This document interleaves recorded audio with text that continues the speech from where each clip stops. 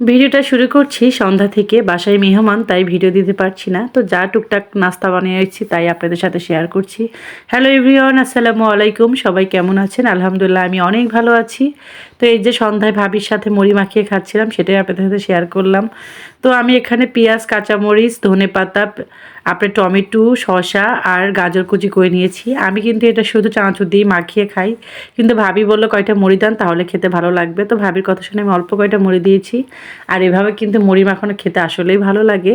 শুধু চানাচুর খেতে অনেক মজা লাগে। আপনারা শুধু চানাচুর দিয়ে খেয়ে দেখবেন, অনেক ভালো লাগে। তো আসলে মুড়ি মাখানোটা অনেক মজা হয়েছিল, বাট একটু ঝাল কম হয়েছিল আর আমার কাঁচামরিচ ছিলও না। যে কয়টা ছিল সেই কয়টাই দিয়েছি। ঝাল হলে মনে হয় আরও বেশি মজা হতো। আরেকটা শেয়ার করছি, এটা আমি কখনোই করিনি, এই ফার্স্ট ট্রাই করলাম কাপ নুডলসটা আমার মেয়ের জন্য। তো এত সোজা, আমার মনে হয় এত সোজা কাজ আর পৃথিবীতে কোথাও নেই, তাই আপনাদের সাথে শেয়ার করছি। আপনার এটা শুধু পানি গরম করে দিয়ে ঢেলে দিলেই হয়ে যায়।